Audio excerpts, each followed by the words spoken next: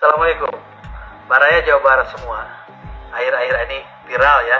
Bapak saya kiai, kakek saya kiai, adik-adik saya kiai semua. Mamang-mamang saya kiai semua. Cuma saya yang belok dari perjuangan keluarga saya. Halo sobat semuanya, berjumpa lagi bersama saya di Intonasi. Apa kabar kalian semuanya? Semoga dalam keadaan baik-baik saja, sehat walafiat tentunya ya.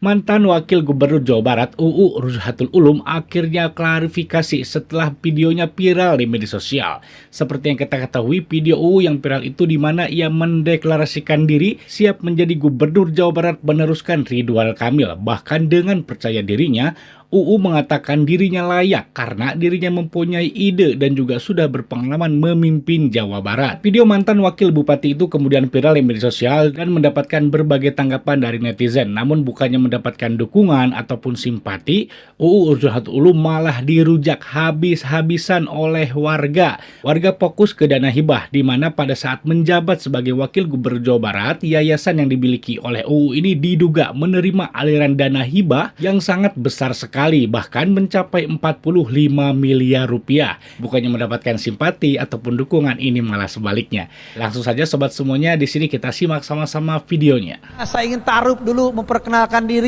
Nama saya Ruzhanul Ulum. Udah tahu? Dari bahasa Arab, maklum bapak saya kiai, kakek saya kiai, adik-adik saya kiai semua.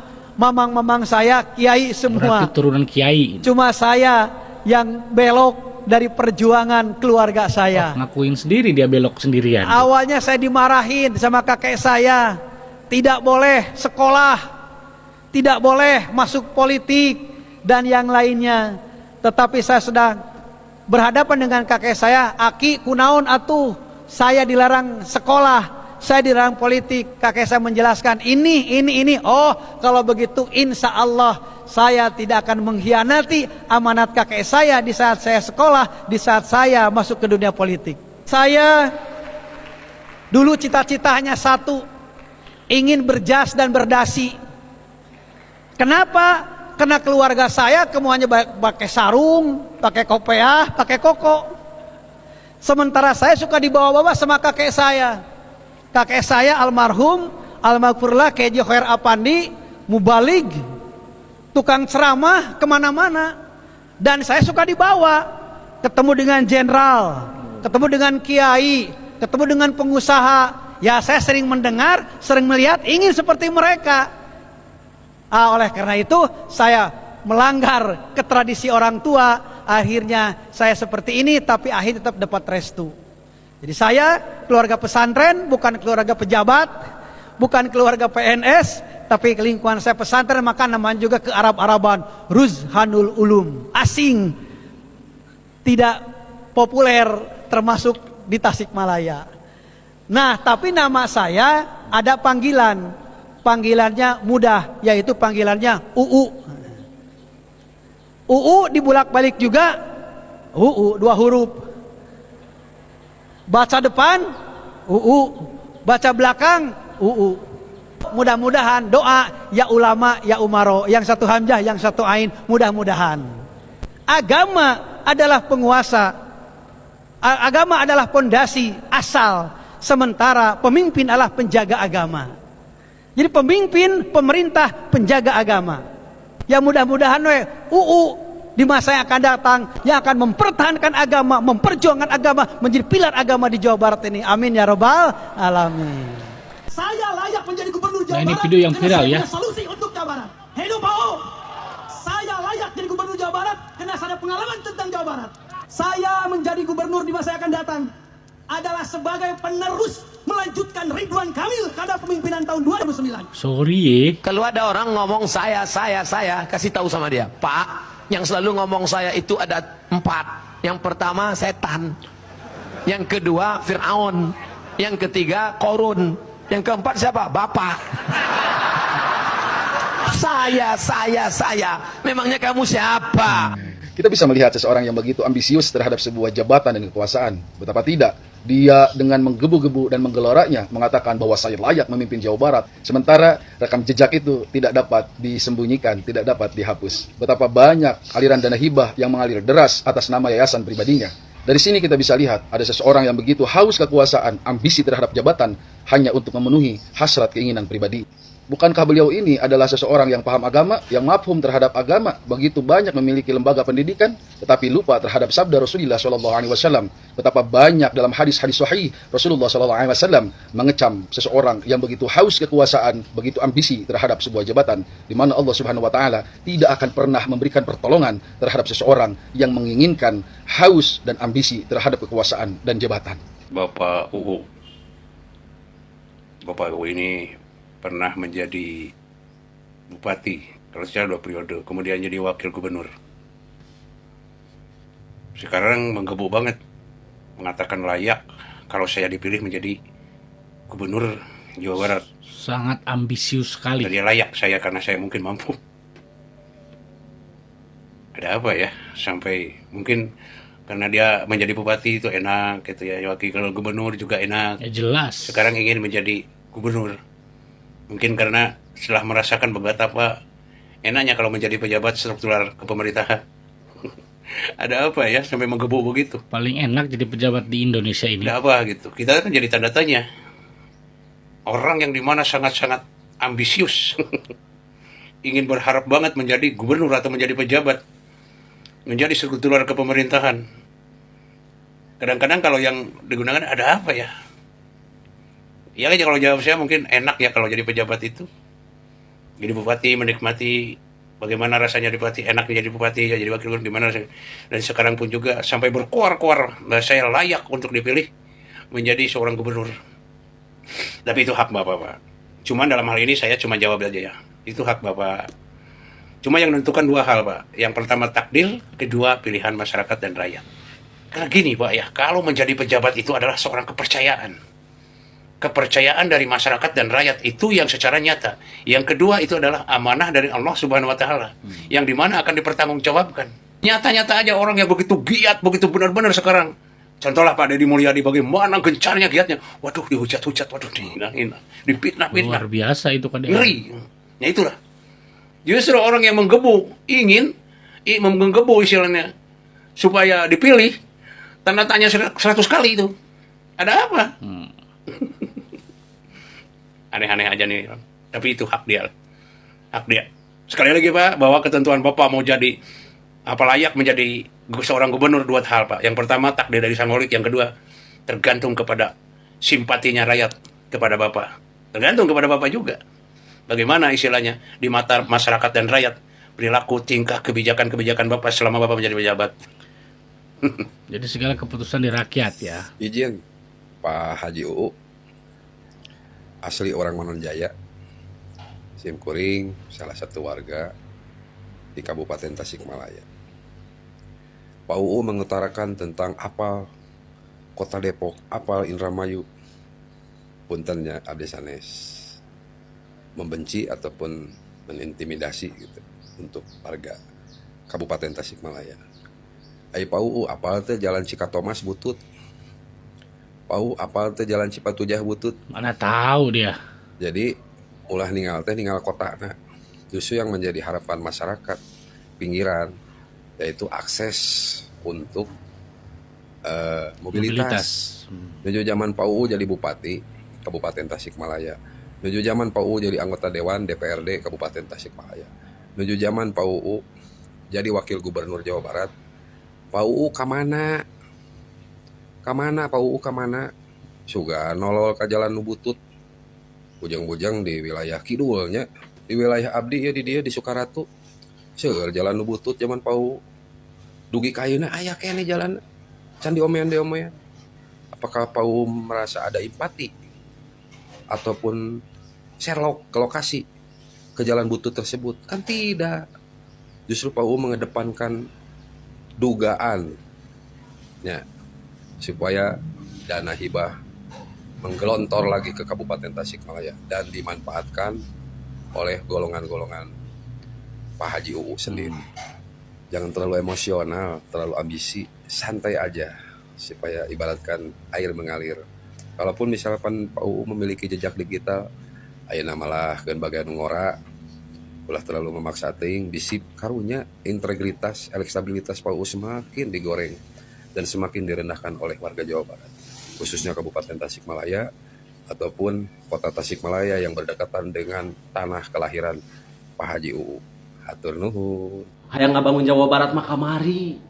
Keur Bapak UU dipercaya jadi wakil gubernur Jawa Barat ngadampingi Ridwan Kamil. 5 tahun Pak UU berkuasa, mendampingi Ridwan Kamil.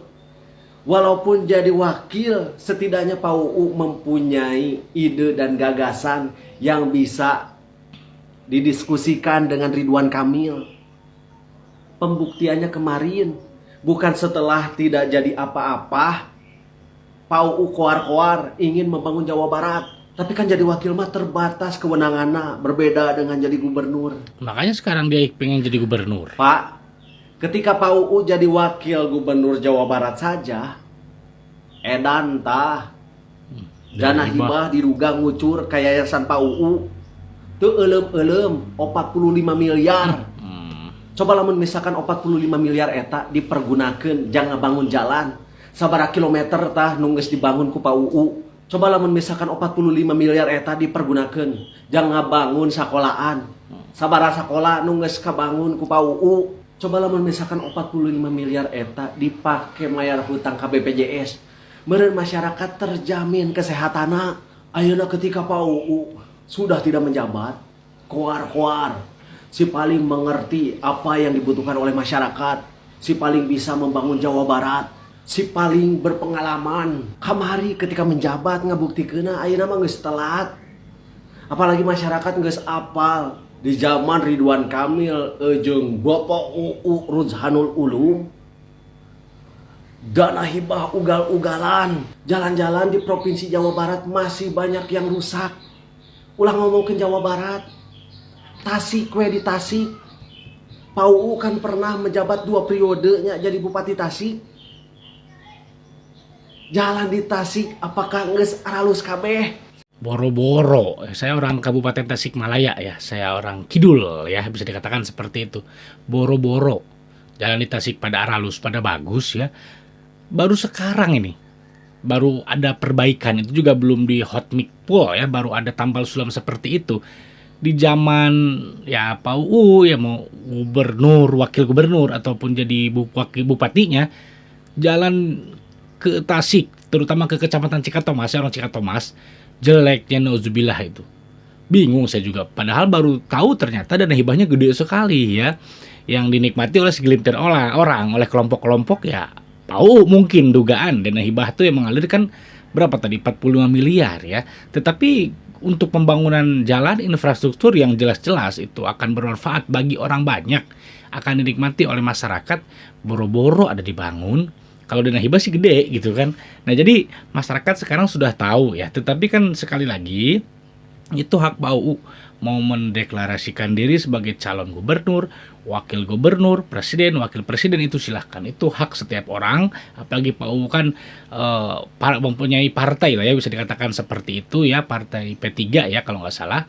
Nah itu silahkan. Tetapi ya menurut saya udahlah gitu kan, lebih baik fokus saja mengurus pesantren ya, mendidik anak-anak supaya memperdalam ilmu agama ya, daripada nanti menjadi pejabat lagi. Karena dari sekarang pun Pak UU ini oleh masyarakat Jawa Barat sudah ketahuan boroknya, terutama masalah dana hibah ya. Jadi masyarakat ini sudah tidak percaya lagi. Mungkin dulu masyarakat Jawa Barat mungkin ya, maaf nih, bisa dikibulin, bisa dibodohin. Tetapi sekarang di zaman era digital seperti ini, masyarakat Jawa Barat sudah cerdas-cerdas, sudah pintar-pintar, tahu pejabat korup, tahu pejabat dana hibah, anak pejabat yang jujur. Apalagi di era Kang Deddy Mulyadi semua serba transparan. APBD Provinsi Jawa Barat pun diposting supaya masyarakat tahu. Dana hibah diberitahu ya, ke yayasan ini nominalnya sekian, jumlahnya sekian, pembangunan ini nominalnya sekian, proyeknya sekian. Ini lebih transparan di zaman Kang Deddy Mulyadi ini. Di sebelum zaman KDM, mana ada masyarakat, misalnya saya sebagai masyarakat Jawa Barat gak tahu tuh ada dana hibah yang sebesar itu, karena ya tidak transparannya.